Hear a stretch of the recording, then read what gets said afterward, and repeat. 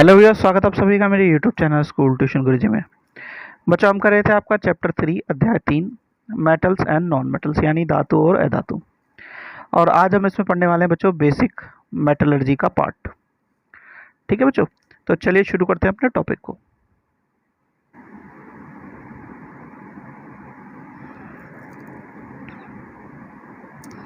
तो बच्चों, मेटलर्जी को पढ़ने से पहले, समझने से पहले जरूरत है समझने की अकरेंस ऑफ मेटल यानी धातु की उपस्थिति कहाँ कहाँ होती है। तो जब हम अकरेंस ऑफ मेटल की बात करते हैं तो ये अर्थक्रस्ट या समुद्री जल पे हमें मिलता है, यानी कि धातु की उपस्थिति कहाँ मिलती है बच्चों? पृथ्वी का जो ऊपर का तटीय भाग है उस पे, यानी ऊपरी भाग पे, और समुद्र के जल में। अब ये किस रूप में मिलते हैं बच्चों? तो ये हमें दो तरीके से मिल सकते हैं बच्चों, मिनरल्स या ओर्स में, यानी खनिज पदार्थ में और अयस्कों के रूप में। तो एलिमेंट्स और compound occurring naturally in earth crust, वो हम कह देते हैं मिनरल्स, यानी भूपट्टी में प्राकृतिक रूप से पाए जाने वाले तत्व या यौगिक हमें खनिज पदार्थ कहलाते हैं। अब और या अयस्क क्या होते हैं बच्चों?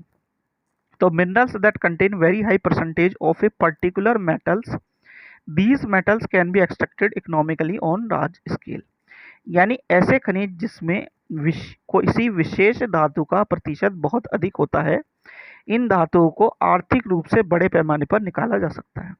ठीक है बच्चों, इसका एग्जाम्पल क्या है बच्चों? इसका एग्जाम्पल है बॉक्साइट। बॉक्साइट से हम क्या निकाल सकते हैं? एल्यूमिनियम निकाल सकते हैं, और हेमाटाइट से क्या निकाल सकते हैं? आयरन या लोहा निकाल सकते हैं बच्चों। अब ये सारा का सारा जो काम होता है बच्चों, ये होता है रिएक्टिविटी सीरीज की, यानी कि रिएक्टिविटी सीरीज को हमें यहाँ भी समझना होगा। रिएक्टिविटी सीरीज में बच्चों एल्यूमिनियम तक के मेटल्स काफ़ी रिएक्टिव होते हैं, तो ये कंबाइंड होकर के किसी ना किसी स्टेट में मिलते हैं। तो इन्हें निकालने के लिए हम मेटलर्जी में इलेक्ट्रोलाइसिस का उपयोग करते हैं। फिर जिंक, आयरन और लेड की अगर बात करें तो ये मॉडरेटली रिएक्टिव होते हैं बच्चों। कंबाइंड स्टेट में हालांकि मिलते हैं, लेकिन ये सल्फाइड या ऑक्साइड और के तौर पर मिलते हैं, तो इन्हें हम कैल्सिनेशन और रोस्टिंग से हम इसे अलग कर लेते हैं बच्चों।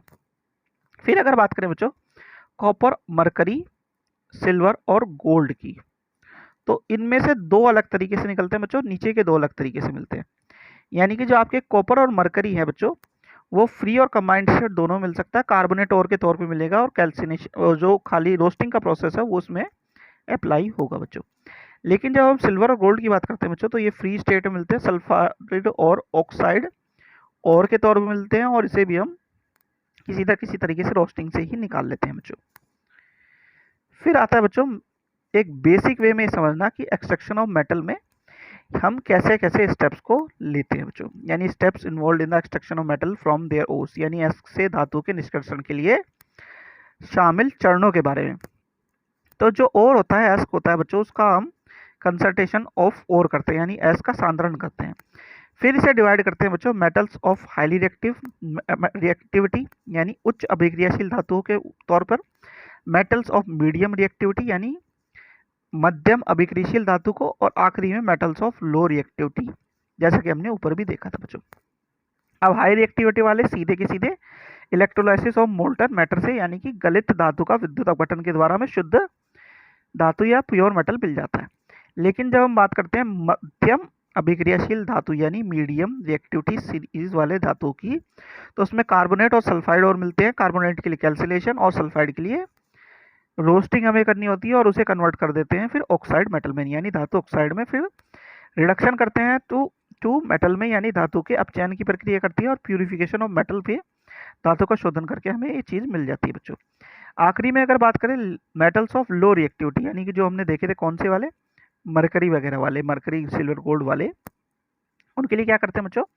सल्फाइड और के तौर पे मिलते हैं हमें, तो उसके लिए हम रोस्टिंग करते हैं। फिर मेटल्स को हम देखते हैं, और फिर उनमें से मेटल को रिफाइन कर देते हैं, यानी शुद्ध कर देते हैं बच्चों। फिर आती है बात एक बेसिक डिफरेंस समझने की, conversion of ore to metal oxide, यानी इसका धातु ऑक्साइड में रूपांतरण। तो ये दो तरीके का है, कैल्सिनेशन और रोस्टिंग। कैल्सिनेशन किस लिए डन किया जाता है? कार्बोनेट ओर में, और जो रोस्टिंग है वो सल्फाइड ओर के लिए किया जाता है। तो और जब हम किसकी बात करते हैं, कैल्सिनेशन की जब बात करते हैं, तो ये ऑक्सीजन की अनुपस्थिति में होता है बच्चों, और रोस्टिंग की अगर बात करें, भंजन जिसे बोलते हैं, वो ऑक्सीजन की उपस्थिति में गर्म करना होता है किसी चीज़ को। अब यहाँ पे क्या बनता है बच्चों? कार्बन डाइऑक्साइड और धातु ऑक्साइड प्राप्त होता है, लेकिन यहाँ पे NO2 आपका और धातु ऑक्साइड प्राप्त होता है, जैसा कि यहाँ पे उदाहरण भी देखने को हमें मिल रहा है बच्चों। ठीक है बच्चों, चलिए आगे बढ़ते हैं। फिर आता है बच्चों extraction of metals lower in reactivity series, यानी प्रतिक्रियाशीलता श्रृंखला में निचले धातुओं का निष्कर्षण। तो जैसे कि हम अगर बात करें मरकरी की और कॉपर की, तो हमें क्या मिला, ये सल्फाइड के तौर पे मिलते हैं, यानी कॉपर सल्फाइड हो गया और सिनेबार एस के जिसे बोलते हैं सिनेबार और बोलते हैं, वो मिलता है। फिर इसका कन्वर्जन किया हमने क्या बच्चों, मरकुरिक ऑक्साइड में, और इधर क्या किया, कॉपर ऑक्साइड में कन्वर्ट किया, और आखिरी में मिल गया मरकुरी या कॉपर बच्चों। ठीक है। फिर एक इसमें एक इंपॉर्टेंट क्वेश्चन जो आपका पूछा भी जाता है कई बार, वो है बच्चों आपका थर्माइट रिएक्शन, यानी थर्माइट अभिक्रिया। तो होता क्या बच्चों, apart from using coke to reduce metal oxide to metal displacement, reaction can also be used, यानी धातु ऑक्साइड को धातु में कम करने के लिए कोक का उपयोग करने के अलावा विस्थापन प्रतिक्रियाओं का भी उपयोग किया जाता है। Highly reactive metal such as sodium, calcium, aluminium are used as reducing agent and displace metals and of lower reactivity than them from the metal oxide, यानी सोडियम, कैल्शियम, एल्यूमिनियम जैसे अत्यधिक प्रतिक्रियाशील धातुओं का उपयोग कम करने वाले एजेंटों के रूप में किया जाता है और धातु ऑक्साइड से कम प्रतिक्रियाशील धातुओं को विस्थापित किया जाता है बच्चों। चलिए आगे बढ़ते हैं बच्चों। अब इसके कुछ बेसिक एग्जांपल्स है बच्चों। क्या है एग्जांपल है कि when magnesium dioxide is heated with aluminium powder, aluminium displaces magnesium as follows, यानी मैग्नीशियम डाइऑक्साइड को एल्यूमिनियम पाउडर के साथ गर्म किया जाता है तो एल्यूमिनियम मैग्नीज को इस प्रकार विस्थापित कर देता है। ठीक है। फिर क्या कहता है बच्चों, these displacement reaction are highly exothermic that the metal produce will be in molten state, यानी ये विस्थापन अभिक्रिया अत्यधिक ऊष्माक्षेपी और उससे उत्पादित धातुएं पिघली हुई अवस्था में होती हैं बच्चों। और ये वाला जो रिएक्शन है आपका, ये वाला यूज होता है कहाँ पे बच्चों, this phenomenon is used to join railway tracks, यानी इसी घटना का उपयोग रेलवे पटरियों को जोड़ने के लिए भी किया जाता है बच्चों। ठीक है बच्चों, चलिए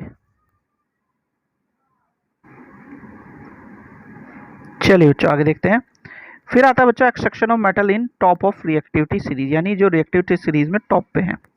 तो molten chlorides of highly reactive metals, यानी अत्यधिक प्रतिक्रियाशील धातुओं के पिघले हुए क्लोराइड को हम कैथोड और जो एनोड है उस पर हमें ये मिल जाता है, जैसे Na और Cl के बारे में देखते हैं बच्चों।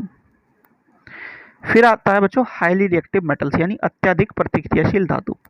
तो इनके लिए क्या करते हैं, they are more affinity for oxygen than carbon, यानी इनकी कार्बन की तुलना में ऑक्सीजन के प्रति अधिक आकर्षण होता है।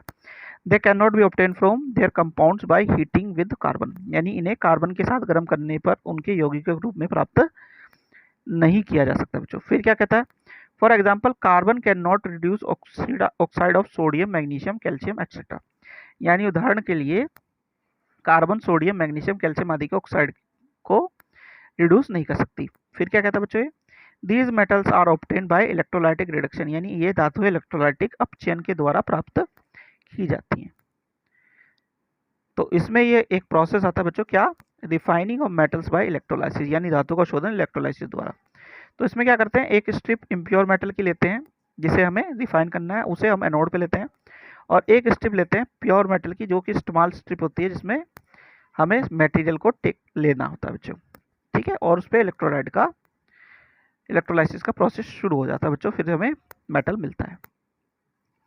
अब इसमें होता क्या क्या बच्चों, कि electrolyte of same metal solution is used, यानी एक ही धातु के घोल के इलेक्ट्रोलाइट का उपयोग किया जाता है। फिर when current electric current is pass, pure metal is deposit at cathode, यानी विद्युत धारा प्रवाहित की जाती है जो शुद्ध धातु कैथोड पर जमा होती है। फिर impurities are collected at bottom of anode, यानी एनोड में आपको अशुद्धियां मिलती है जो कि कीचड़ के तौर पे या मिट्टी के तौर पे होती है बच्चों। ठीक है बच्चों, चलिए बच्चों आगे बढ़ते हैं। इसका अगला पार्ट अगला है, इसमें हमें जो पढ़ना है बच्चों वो है कोरोजन, यानी जंग लगना।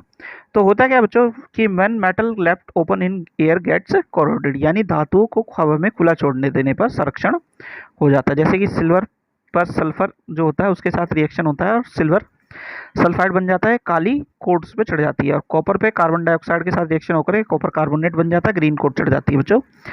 एयर के और ये जो मॉइस्चर होता है वो आयरन के साथ आयरन ऑक्साइड रस्ट बना देता है और ब्राउनी फ्लेकी जो लेयर है भूरी परतदार परत उस पर जमा रहता है, जिसे जंग लगना कहते हैं बच्चों। अब बात आती है कि इसे प्रिवेंट कैसे किया जाए। तो इसे प्रिवेंट करने के लिए छोटे छोटे बेसिक तरीके हैं बच्चों। पेंट लगा करके, यानी अप्लाइंग पेंट, तेल या ग्रीस लगा करके, गैल्वेनाइजिंग करके। गैल्वेनाइजिंग में होता क्या है बच्चों कि किसी धातु पर क्या करते हैं हम, जिंक की कोटिंग लगा देते हैं बच्चों, उसे हम गैल्वेनाइजिंग कहते हैं। फिर एनोडाइजिंग है मेटल, यानी coating of layer of aluminium, यानी ऑक्साइड ऑफ एल्यूमिनियम की लेयर हम उस पर चढ़ा देते हैं। फिर क्या करते हैं बच्चों, एलॉय बना देते हैं, यानी मिश्र धातु बना देते हैं। जैसे स्टील का एलॉय 3 चीज़ों का मिलकर बना दिया, पीतल का बना दिया, ब्रोंज का बना दिया। तो इस तरीके से हम इसे रोक सकते हैं बच्चों।